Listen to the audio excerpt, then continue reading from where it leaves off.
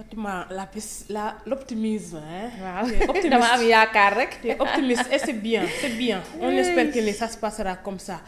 Merci. Alors face à cette situation man je veux aller au-delà de la question spécifique bi nga xamante ni moom la ñu nekk di poser. Fatima Mabouba Diagne.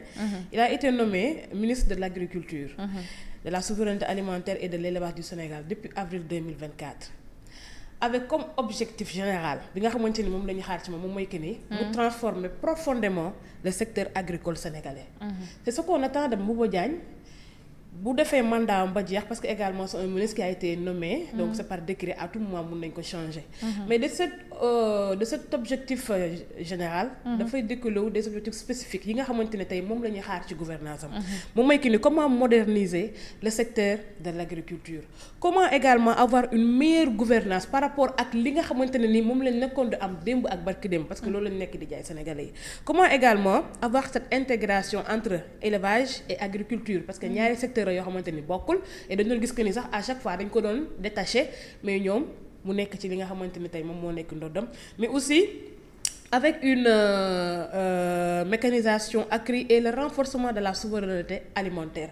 Parce que tey bu jógee moom ci transformation profonde du secteur agricole objectif bi général et final lan la moom mooy que ni comment faire pour avoir la souveraineté alimentaire bi nga xamante ni Pastef bu mu nekkee dans l'opposition loolu la doon jaay Sénégal mais au-delà loolu la doon jaay Afrique.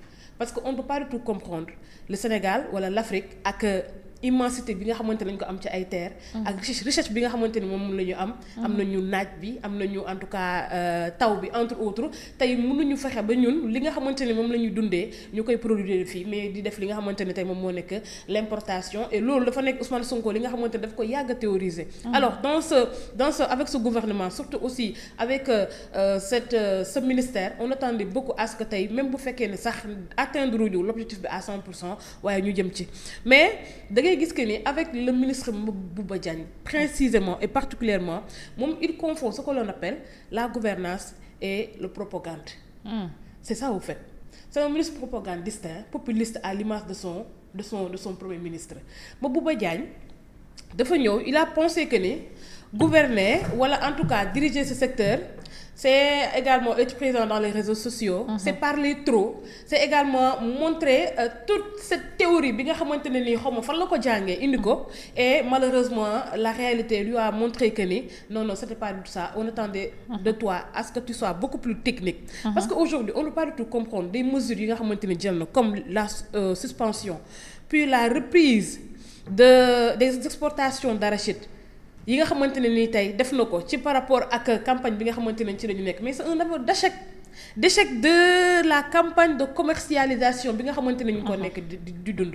Aujourd'hui également leneen loo xamante ne ni tey échec la sànq baaw mu ngi koy wax par rapport ak production bi nga xamante ne moom lañ doon xaar mais il n'a pas du tout atteint l'objectif. Et je rappelle que ne en 2024 mais moom moo doon toog ci télé bi dinañu atteindre 750 à 800 000 tonnes.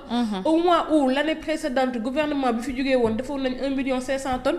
Mais aujourd'hui c'est un problème bi nga xamante ne sax mënul sax atteindre li nga xamante ne tey moom moo nekk le volume qui lui a été assigné. Et pire aujourd'hui la Sonacos amul liquidité pour mën a écouler li nga xamante ne tey moom moo nekk la production arachidière.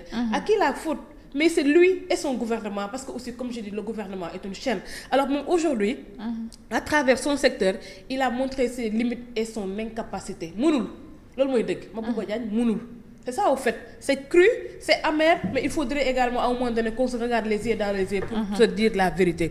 Maintenant, par rapport à ce que vous avez dit, mon est dans ce secteur, parce qu'aujourd'hui, si vous avez bien travaillé, l'objectif c'est quoi? C'est de passer de l'agriculture de survie à une agriculture de productivité. À une agriculture productive parce que aujourd'hui même les États-Unis bu ñu demee ba comprendre tous les pays développés ils ont compris que ni il faut que ñu développer le secteur primaire moom moo nekk l'agriculture l'élevage et li nga xamante ne tey moom moo nekk l'autre secteur là ba nga xamante ne tey nit ñi dootuñ dem di jéggaani c'était ça au fait l'objectif mais aujourd'hui secteur primaire bi nga xamante ne moom la ñu ko dégg mais fa la affaire yi gën a sooxee et ils avaient dit que ni il allait en tout cas y faire entrer beaucoup d'argent pour que sénégalais yi ñu xamante ne ni tey ñoom ñu dem di xool leneen ci à l'extérieur mais lépp loo xamante ne en tout cas dafa war a jëm ci ñun suñu besoin primaire ñun ñoo koy defal suñu bopp mais ça c'est un problème boo xamante ne amul ko et aussi gis nañ que ne am na benn manque d'expérience par rapport ak cette politique de commercialisation. Aujourd'hui le gouvernement est une chaîne moom il devait en parfaite collaboration travailler avec le ministère du commerce bi nga xamante ne nii kii moo ko jiitee Serigne Gueye Diop. Tout simplement parce que c'est des questions yoo xamante ne nii avec les acteurs tey waroon nañ ko waxtaanee en amont parce que également tey ñoom lu ñuy jaawale mooy que ni il faut que ñu mettre des politiques yoo xamante ne tey c'est mettre en avant wala en amont ci politique yi nga xamante wala ci réforme yi nga xamante ne moom moo war a mën a ñëw mais bu fekkee ne da ngeen di xaar ba na jot ba na jot ngeen bëgg a teg ay mesures mais c'est ça un problème. Gouverner c'est anticiper malheureusement c'est ce qu'ils ne savent pas et beneen moom également moom que ni ñoom dañu focaliser wu trop ci Ousmane Sonko man à un moment donné man je me dis mais qu'est-ce que ça leur sert leur bac plus 5 et plus 8 parce que c'est là où je vais entrer sur Ousmane Sonko. Ousmane Sonko il faudrait qu'on lui rappelle une chose. C'est lui le chef du gouvernement. képp koo xam ne ministre la nekk ci gouvernement bi mais moom dafa nekk ci tutelem. Tey Cheikh Diba bi mu nekk di xas nii dinaan man sama yoon nekkul ci je n'assume aucune responsabilité parce que bu amoon ingéniosité financière dina génne xaalis xam ne lii ak lii naka lay décanner situation bi mais si Cheikh Diba échoue c'est lui qui a échoué. Parce que pour ñu fal Cheikh Diba mais il a fallu son aval. moom moo toog mu ne dañu def li nga xamante ne tey moom moo nekk dañu nekk enquête de moralité. L'homme qu'il faut à la place qu'il faut et il oublie que le président il a la vision mais c'est lui qui doit matérialiser la vision. Il oublie que les cahiers de charges les portefeuilles ministériels mais moom mooy koy dégager et il a oublié que ni il avait fait des réformes il avait fait en tout cas des innovations ba nga xamante ne ministre bu nekk tey mënutoo def lu bari tant que laajoo avalé Ousmane Sonko tey moom moo war a am ingéniosité tey moom moo war a am capacité tey moom moo war a am leadership bu gisee ne am na ay ministères yoo xamante ne tey dafa commencé di stagné wu mais mu jug orienté leen parce que encore une fois c'est lui le chef moom Diomaye kese moo nekk chef am ci li nga xamante ne moo nekk l'administration et au niveau central moo nekk dans l'exécutif mais aujourd'hui également vu que aussi c'est un populiste également qui ne comprend rien du tout qui ne comprend que dalle de la gouvernance donc il se permet de rester dans l'espace public pour montrer les failles et les limites yi nga xamante ne tey moom la ministre mi am. donc maintenant bu fekkee ne du loolu en fait parce que tey gouvernance wala gouverner anticiper la am na loo xamante ne ñun on n'a pas besoin de comprendre ou bien de savoir xam nga ñun lan la ñu soxla am.